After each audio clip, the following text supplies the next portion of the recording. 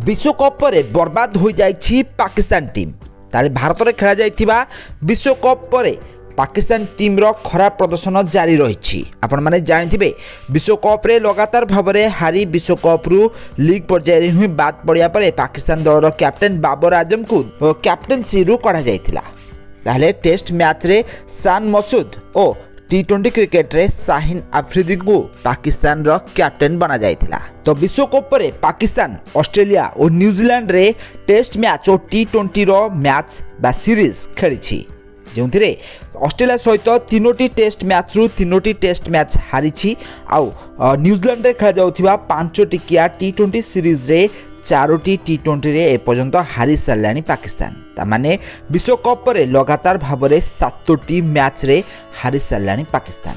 तो ऑस्ट्रेलिया खेला जाइथिबा प्रथम टेस्ट मैच को ऑस्ट्रेलिया 360 रन रे जीति नैथिला। द्वितीय टेस्ट मैच को ऑस्ट्रेलिया 79 रन रे जीतिथिला। तृतीय टेस्ट मैच को ऑस्ट्रेलिया 8 विकेट रे जीति नैथिला। टेस्ट मैच रे पाकिस्तान टीम रो खराब प्रदर्शन जारी रही। आउ या छड़ा पाकिस्तान नुआ कैप्टेन शान मसूद भी मध्य पाकिस्तान रे बहुत खराब प्रदर्शन करथिबार देखा दैछन्ते। टेस्ट मैच रे से प्लेयर मानकु बा बैट्समैन मानकु सठिक उपयोग करि परनाथि, जा द्वारा पाकिस्तान लगातार भाव में ऑस्ट्रेलिया ठारू 3टी टेस्ट मैच हारिथिला। आउ वर्ल्ड टेस्ट चैंपियनशिप रे पाकिस्तान एबे बहुत तळकु खसी जाइछि। सेहि भली पाकिस्तान ऑस्ट्रेलिया ठारू टेस्ट मैच हारिबा परे न्यूजीलैंड रे टी20 रो सीरीज खेलिछि। ताले जोंठारे टी20 सीरीज रे पाकिस्तान दलर captain रहिछन्ती Shaheen Shah Afridi.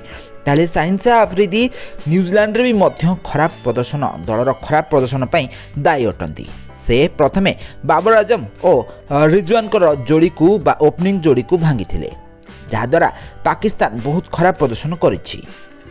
Babar Azam batsman batting रे भल प्रदर्शन करथिला बेले अन्य कोनोसी बैट्समैन माने भल प्रदर्शन करि पारना, जो कारण न्यूजीलैंड रे लगातार भाव में 4टी टी20 मैच हारी सारी पाकिस्तान।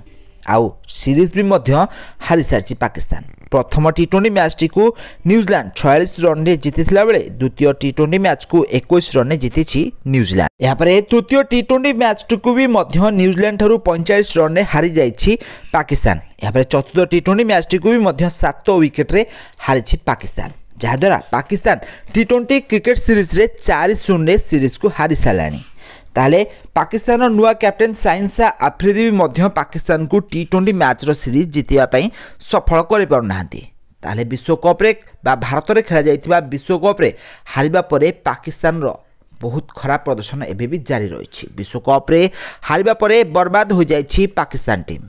तो फ्रेंड्स, आपण मानकु कोन लागुछि भारत रे खेला जाइतिबा विश्वकप आ भारत ठारू मिलितिबा कड़ा हार पाकिस्तान रो मनोबल भांगी जाइछि एभली सोशल मीडिया रे भाइरल हेबार लागिछि। तो आपण मानकु कोन लागुछि पाकिस्तान रो एभली खराब प्रदर्शन पई कोन जिंसटी दायी रहिछि हमकु कमेंट बॉक्स में निश्चित भाबरे कमेंट करंतु।